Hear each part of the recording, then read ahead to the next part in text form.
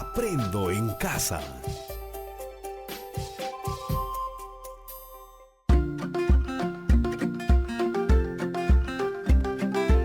Queridos estudiantes, los invitamos a participar en el desarrollo de las sesiones de aprendizaje que hemos preparado para ustedes. Aprendo en casa.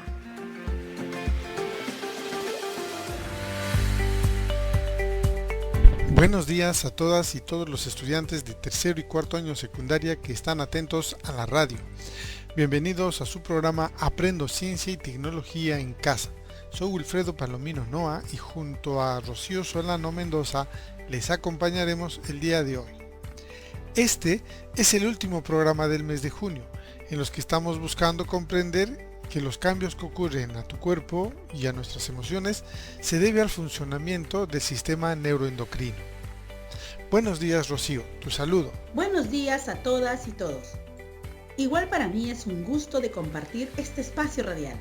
En este programa tendremos que organizar las tareas que vinimos realizando en los 3 programas anteriores y tendremos como reto argumentar en un artículo que los cambios que enfrentan los adolescentes es producto del sistema neuroendocrino y que se manifiesta en cambios físicos y emocionales que influyen en las relaciones familiares. Para que construyas esta explicación, a lo largo del programa revisaremos los productos de los 3 programas anteriores, de tal manera que sea un insumo para elaborar el folleto que construiremos con las demás áreas y que más adelante podrás compartirlo con tus compañeros, compañeras, tu profesor o profesora por los medios que tengas disponibles. Pero te estarás preguntando, ¿qué debo hacer para responder al reto del programa de hoy? Haremos 4 cuadros en los que iremos registrando información acerca de lo que debemos hacer paso a paso.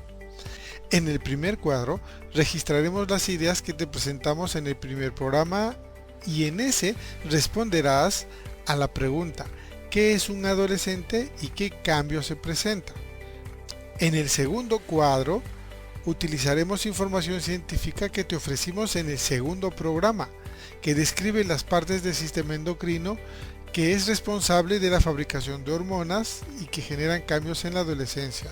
Ahora, en el tercer cuadro podrás hacer alguna clasificación acerca de las etapas de la adolescencia, los tipos de hormonas, los órganos involucrados, así como las emociones que presentan los adolescentes como resultado de esos cambios hormonales.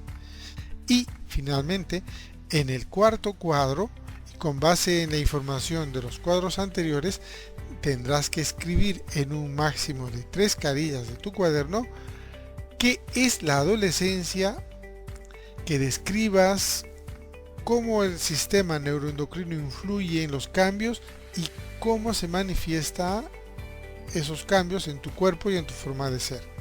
Te repito, entonces, en el cuarto cuadro, la tarea es la siguiente. Con base en la información organizada en los 3 cuadros anteriores, escribirás en un máximo de 3 carillas de tu cuaderno qué es la adolescencia y describirás también cómo el sistema neuroendocrino influye en esos cambios y cómo todo se manifiesta en los cambios que se dan en tu cuerpo y tu forma de ser. Les recordamos que este es el programa de radio del Ministerio de Educación para estudiantes de tercer y cuarto grado de secundaria Aprendo en Casa.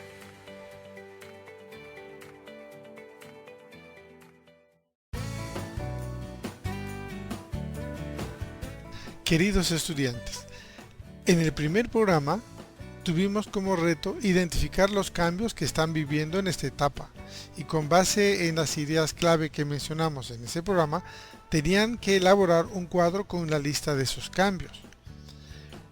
Recuerdo que consideramos el caso de 2 jovencitos, Jaime y Janet, que estaban en pleno desarrollo y cambios por la adolescencia. Y eso les tenía preocupados y hasta un poquito confundidos. En ese programa dijimos que estos cambios los pasamos todas las personas y se les conoce como etapas de la vida y en los seres humanos se llaman.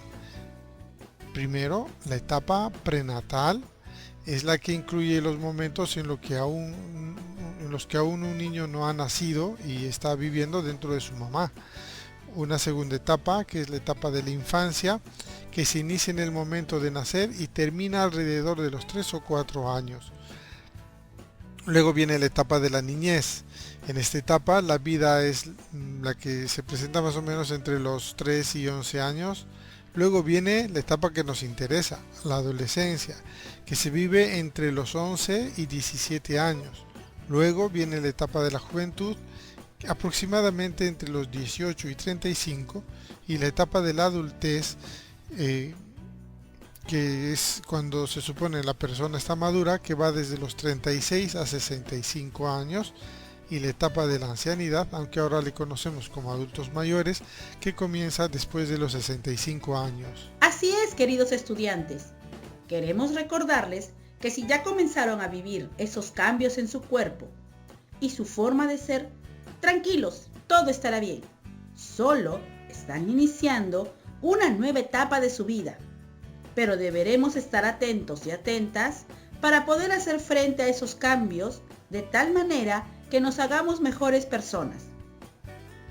La adolescencia podemos dividirla en 3 etapas. La adolescencia temprana, de 11, 12 y 13 años. La adolescencia media, entre los 14, 15 y 16 años.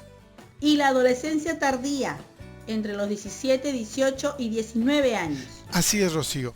La tarea final de ese programa fue que le elaboraran un cuadro en el que registren esos cambios que les están ocurriendo o que están observando que les ocurren a sus compañeros. Este cuadro debiera tener 3 columnas. Las dos primeras columnas referidas a los cambios físicos que ocurren en el sexo masculino y en el sexo femenino. Y en la tercera columna ya tendría que anotar cada quien según el sexo que tiene. O sea, si eres varón, los cambios en la forma de ser que estás sufriendo, y si eres mujer, los cambios que también son característicos de ti. Por ejemplo, entre los cambios que podría anotar un varón, podría decir que aparece vello púbico, también vellos en las axilas, en los brazos, en las piernas. En el caso de los cambios físicos que están enfrentando el sexo femenino, podríamos decir que también les desarrolla vello púbico, acumulan grasa en las caderas, y respecto a sus cambios en la forma de ser en la tercera columna, eso ya dependería del sexo de cada quien. Por ejemplo, si es el sexo masculino, podrían decir que tienen reacciones un poco torpes, que son un poco tímidos, o que tienen reacciones contradictorias, cosas así. Entonces debiéramos tener 3 columnas en las que anotamos esos cambios. También en este programa pedimos que conversaran con sus padres u otros adultos de la familia y que les pregunten acerca de cómo habían vivido ellos esa etapa. Eso va a ser importante porque estas 3 columnas más el resultado de las interrogantes a los padres o a los adultos de la familia, vamos a tener un insumo para poder completar esta primera tarea. Así es, Wilfredo. A continuación, les recordaremos lo que trabajamos en el segundo y tercer programa y que les servirá de insumo para que describan las partes del sistema endocrino, que es el responsable de la fabricación de hormonas que generan los cambios de la adolescencia en el segundo cuadro. En el segundo programa hablamos del sistema endocrino y que este no tiene una ubicación específica dentro del cuerpo, porque está conformado por diversas glándulas protectoras de diferentes hormonas que actúan como reguladores químicos de diferentes procesos orgánicos del cuerpo. Las hormonas son los mensajeros químicos del organismo, ya que transportan información e instrucciones de un conjunto de células a otro. Las glándulas endocrinas liberan hormonas en el torrente sanguíneo y esto permite que lleguen a todas las partes del cuerpo. Las hormonas del sistema endocrino ayudan a controlar el estado de ánimo, el crecimiento y el desarrollo de la forma en que funcionan los órganos en el metabolismo y la reproducción. El sistema endocrino controla qué cantidad se libera de cada una de las hormonas. Una cantidad excesiva o demasiado reducida de cualquier hormona puede ser perjudicial para el cuerpo. Queridos estudiantes, en ese programa dijimos que las glándulas que componen el sistema endocrino son las siguientes: el hipotálamo, la hipófisis, la glándula tiroidea, las glándulas paratiroideas, las glándulas suprarrenales, la glándula pineal, los ovarios y los testículos. El páncreas también forma parte del sistema endocrino, pero también pertenece al sistema digestivo. Esto se debe a que fabrica y segrega hormonas en el torrente sanguíneo y también fabrica y segrega enzimas en el sistema digestivo. El hipotálamo es la glándula principal del sistema endocrino. Esta glándula, al igual que una antena, recibe información del ambiente y de las condiciones internas de nuestro cuerpo. Por ejemplo, la temperatura del ambiente o la temperatura interna del cuerpo, o la cantidad de luz que estamos recibiendo o qué sentimientos estamos experimentando en ese momento. El hipotálamo recoge toda esa información del cerebro y le envía a otra glándula llamada hipófisis. Esta glándula hipófisis, a pesar de su tamaño, se le suele llamar la glándula maestra, ya que fabrica todas las hormonas que controlan a las demás glándulas endocrinas. Para que tengas más información sobre el sistema endocrino, te recomendamos que revises los apuntes que has ido tomando y que te apoyes en algún libro que hable acerca del sistema endocrino. Del sistema endocrino, también dijimos que si produce una cantidad excesiva o insuficiente de cualquier hormona, puede ser perjudicial para el cuerpo. Por ejemplo, si la hipófisis produce una cantidad excesiva de la hormona de crecimiento, el niño podría ser demasiado alto.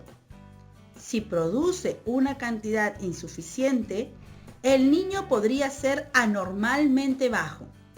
Pero, ¿cómo saber si posiblemente hay problemas en el sistema endocrino? La médica Larissa Hirsch de Teen Health dice: bebes mucha agua pero sigues teniendo sed. Orinas a menudo. Tienes dolor de barriga o náuseas con frecuencia. Estás muy cansado o te sientes débil. Estás ganando o perdiendo mucho peso. Tienes temblores o sudas mucho. Tienes estreñimiento.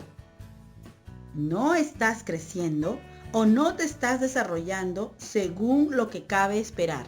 Así es, Rocío. Otra cosa que comentamos en ese programa es que para ayudar a mantener sano el sistema endocrino, todas las personas tendrían que hacer ejercicio físico, llevar una dieta balanceada, a asistir a sus revisiones médicas, y si los jóvenes se dan cuenta que no están creciendo o que algo sienten que no están dando bien, que visiten a su médico, de tal manera que puedan diagnosticar con base en información científica si es que eventualmente tienen problemas endocrinos o si algún otro problema está impidiendo su desarrollo normal. Así que es importante visitar al médico. En el tercer programa hablamos acerca de cómo las emociones se deben a la presencia de ciertas hormonas o neurotransmisores. Un neurotransmisor es una biomolécula que transmite información de una neurona, que es un tipo de célula del sistema nervioso, a otra neurona consecutiva, unidas mediante una sinapsis. Cuando se libera un neurotransmisor, este va solo hacia un tipo de célula, las neuronas, que se envían la información mediante sinapsis, mientras que las hormonas se comunican con los órganos. El órgano dependerá del tipo de hormona que sea liberada, dando igual la distancia donde se encuentren, viajando por el torrente sanguíneo. La hormona es liberada por una glándula endocrina al torrente circulatorio, mientras que el neurotransmisor es liberado por las neuronas en el espacio sináptico que existe entre neurona y neurona. Dijimos también que algunas hormonas también actúan como neurotransmisores, como es el caso de la noradrenalina o norepinefrina, que interviene en la emoción de la tristeza y es secretada tanto por las neuronas como por las glándulas suprarrenales. Otras no actúan como neurotransmisores, sino como precursoras de ellos. Cabe destacar que la hormona tiene un tiempo más largo de acción y por lo tanto el tiempo de efecto de una hormona es mucho más prolongado que el de un neurotransmisor. Hablamos también de la felicidad, que es un estado de ánimo en el que la persona se siente plenamente satisfecha por gozar de lo que desea o por disfrutar de algo bueno. Esta emoción está fuertemente ligada a la segregación de endorfinas, también conocidas como hormonas de la felicidad. Segregar endorfinas nos hace sentir mejor, nos relaja. Así es, Wilfredo.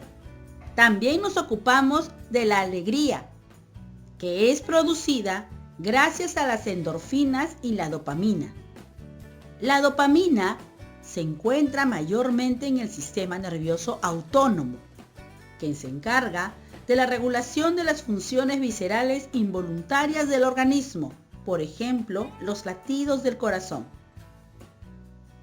La dopamina es liberada cuando se logran metas en la vida, se comparte con los amigos, cuando se tienen satisfacciones o placeres básicos como el comer, el beber, el sexo. También cuando se tienen experiencias exitosas como superar un examen, conseguir un trabajo o empleo, curarse de una enfermedad grave, ir de vacaciones, finalizar con éxitos unos estudios, cobrar algún dinero, etc. Los bajos niveles de dopamina están relacionados con una disminución de nuestra sociabilidad, es decir, cuando nos alejamos de nuestros seres queridos. Además, la dopamina no es solo un neurotransmisor, sino que también es una neurohormona, es decir, que se vierte directamente al espacio sináptico, pero su tiempo de efecto es mucho más prolongado que el de un neurotransmisor normal. Algo que debemos tomar muy en cuenta, por lo que debemos tener mucho cuidado, es que durante el consumo de sustancias que crean dependencia, como la nicotina, el alcohol y las drogas, se produce dopamina y por ello pueden generar dependencia. Ya saben, debemos tener mucho cuidado con el consumo de estas sustancias. La recomendación es: evita su consumo. A continuación, les hablaré de la ira. La ira es una de las emociones más habituales. Incluye sentimientos como el rencor, la rabia, la indiferencia, la envidia y el enfado. A menudo mucha gente se pregunta ¿qué tiene ganas de hacer cuando siente ira? La respuesta es fácil. ¿Quieres gritar, pegar, insultar, etcétera? En definitiva, de lo que tenemos ganas de hacer es de agredir. Se dice que los jóvenes son más propensos a utilizar el ataque físico directo. Y por ejemplo, las mujeres son más sutiles y estratégicas y optan por el ataque indirecto. Pero al final, es un ataque que fácilmente puede derivar en violencia. En los lóbulos frontales tiene lugar el control de la ira. Las lesiones en esta área impiden su control, ya que bloquean los mecanismos corticales inhibitorios. Los bajos niveles de serotonina provocan la aparición de la ira y pueden derivar en problemas de agresividad. Este neurotransmisor funciona como inhibidor del enfado, de la temperatura corporal, de la ira y la agresión. Según la Real Academia de la Lengua Española, el miedo es la angustia por un riesgo o daño real o imaginario, y el recelo o aprehensión que alguien tiene de que les pueda suceder algo contrario a lo que desea. El miedo a la muerte, por ejemplo, y al objeto que pueda producirlo, que puede ser una persona, un animal, una catástrofe, son causas primarias. Ahora bien, la manera más frecuente de hacerle frente al miedo es la evasión o la huida de la situación peligrosa que se pueda estar enfrentando. Y si escaparse no fuera posible, el miedo impulsa a las personas a desafiar el peligro. Es decir, las personas reaccionan y se defienden. El miedo es una de las emociones más poderosas, ya que sirve para ponernos a salvo o defendernos.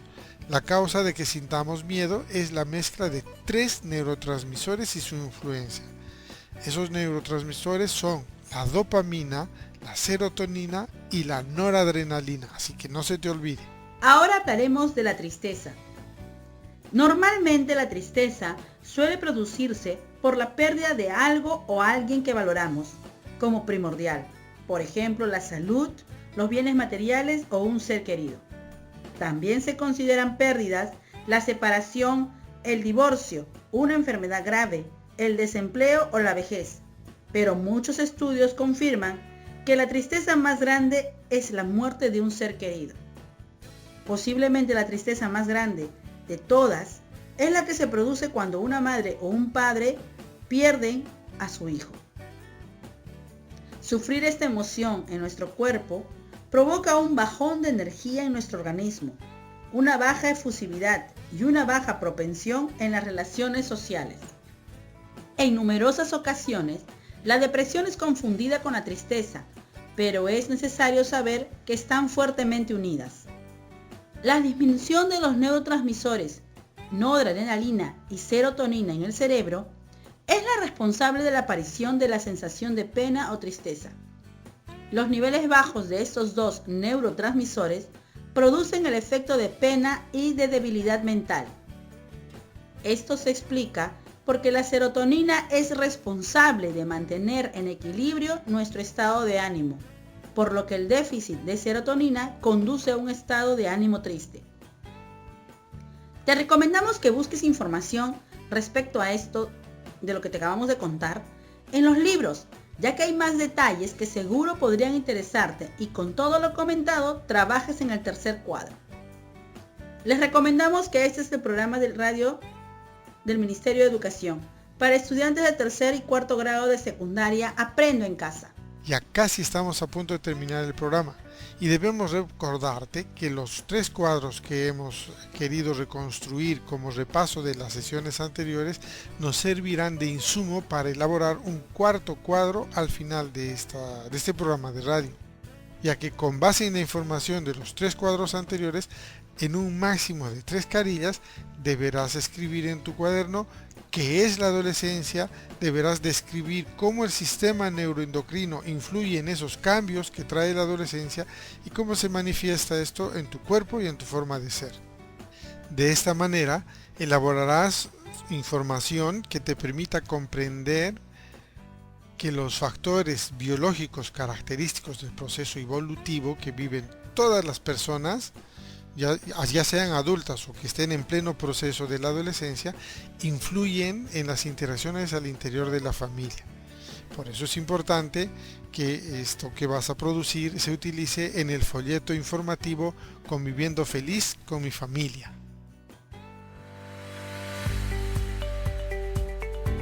Estimado docente, con tu apoyo, el estudiante podrá concluir con su gran reto de la sesión de hoy, que es construir una explicación razonada de qué es la adolescencia, que describa cómo es el sistema neuroendocrino y cómo influyen los cambios y cómo todo eso se manifiesta, tanto en su cuerpo como en su forma de ser, para organizar la información que permite comprender los factores biológicos característicos del proceso evolutivo que viven los estudiantes de su edad y que influyen en las interacciones al interior de la familia. Esto formará parte del folleto que presentarán como resultado del proyecto de este mes. Nos despedimos hasta el siguiente programa en esta misma frecuencia. ¡Hasta la próxima!